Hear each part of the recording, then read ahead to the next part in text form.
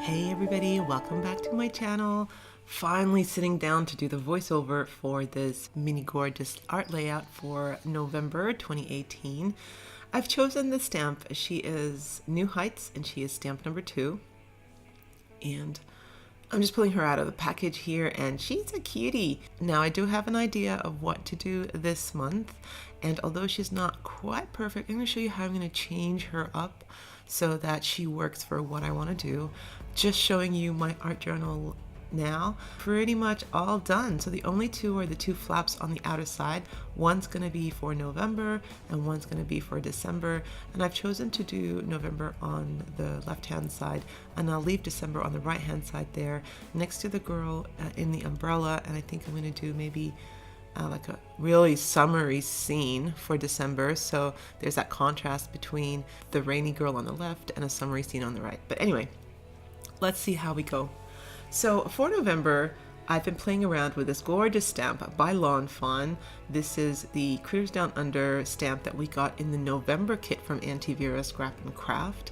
And that theme this month was all about Australia. So I've still got Australia on my mind and in my crafting. So I thought, you know what, why don't I combine that Aussie theme with the gorgeous girl this month and see what I can do. Now I'm grabbing some watercolor paper. This is 190 GSM. It's pretty smooth. I love to stamp on this and I love to watercolor on it. So this is what I'm going to be using now. And what I'm going to do is I'm going to pull out all the character or all the critters from this stamp, and I'm going to put them on my stamping platform, and I'm going to stamp them out with archival black ink. Now for the gorgeous girl, she is a rubber stamp, so you need to pull out that inner mat and put her down, whereas the critter stamp, they were a clear acrylic stamp, so you need that stamp to give you that thickness for when you stamp. And once again, I'm going to stamp her with archival ink, and I am then going to be reaching for my alcohol markers. I know I did say watercolors before, but this paper is pretty good. It will handle alcohol markers as well. I thought I'd mix things up just a little bit and play with my alcohol markers, which are actually going dry, I realized. It's been about 5 years now, so you know, things don't last forever. So anyway, so this little girl, I've decided to call her Sheila. You guys are gonna laugh at me, I know. And Sheila's a redhead, and in Australia, redheads are called a certain something. I'm not gonna say it. I never say this word. I don't like it. I'm gonna put it up on the screen. But yeah, Sheila is a redhead, and she's a gorgeous little girl, as they are. And Sheila's gonna be wearing the colors of Australia, so green and gold. The gold color represents the golden wattle, which is Australia's national flower. And usually the uniforms of Australia's national sports teams are always green and gold. We also have that green and gold color as well as the golden wattle flower on the coats of arms of Australia.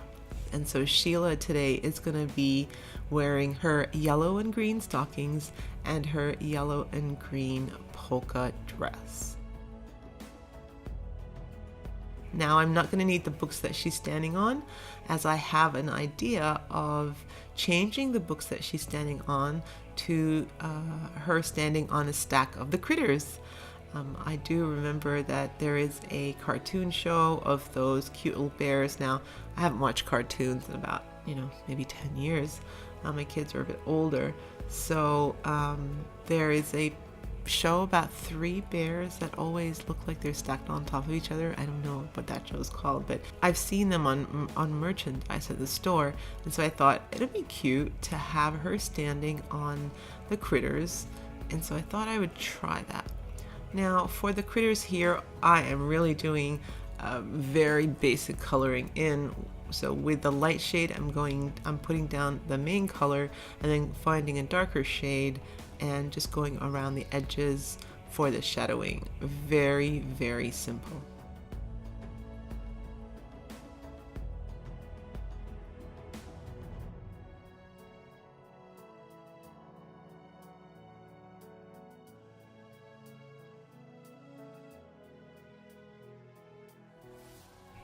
I do go in with a lighter color afterwards and try to blend in just that hard line between the shadow, the darker shadow color, and the base color.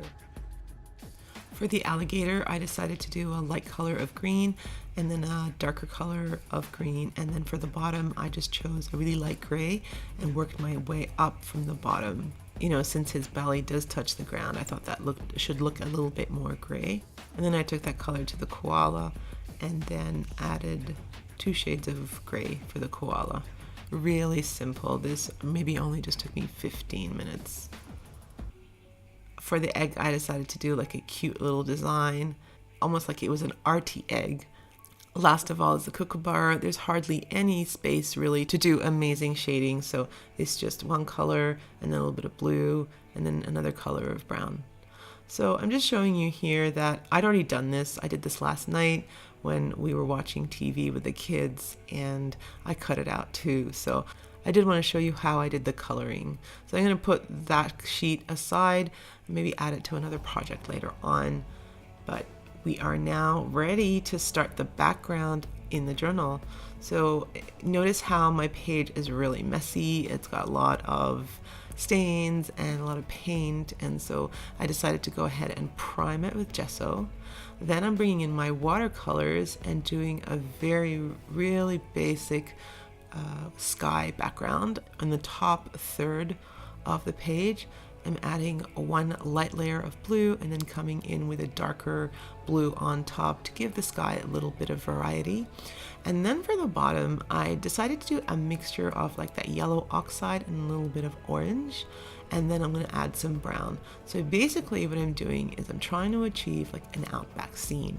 I used a picture for reference. I'm going to put that picture up for you now, just to give me a color palette to go by. I'm not really working too hard, but I don't want it to look smooth.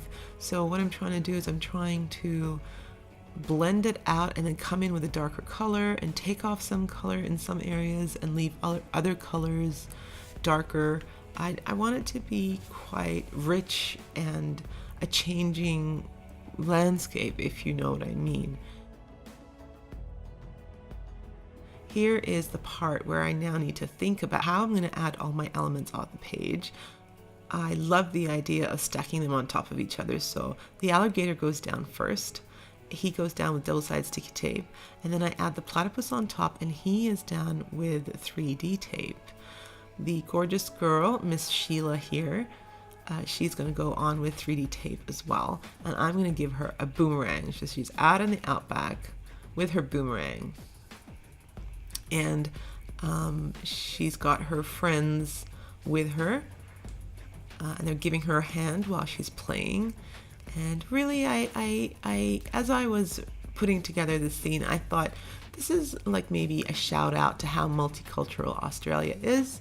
She's not afraid of the crocodile. The crocodile looks nothing like the platypus. They're both animals, and she is a human, but they don't care. They play together.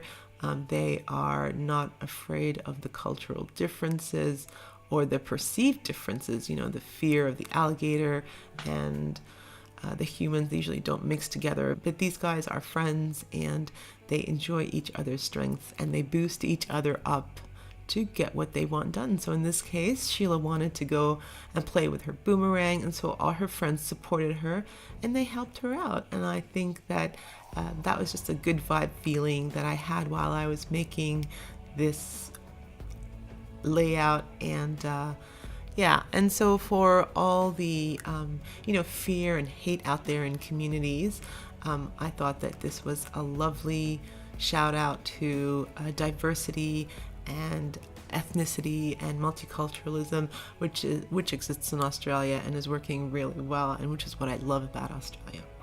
Now, I don't think there's any more room for Mr. Kangaroo, so he's going to have to go somewhere else.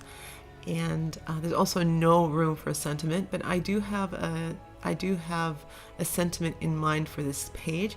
I'm going to call it New Heights Down Under. So thank you so much for joining me, you guys. I hope you have a good day, and I'll see you in my next video.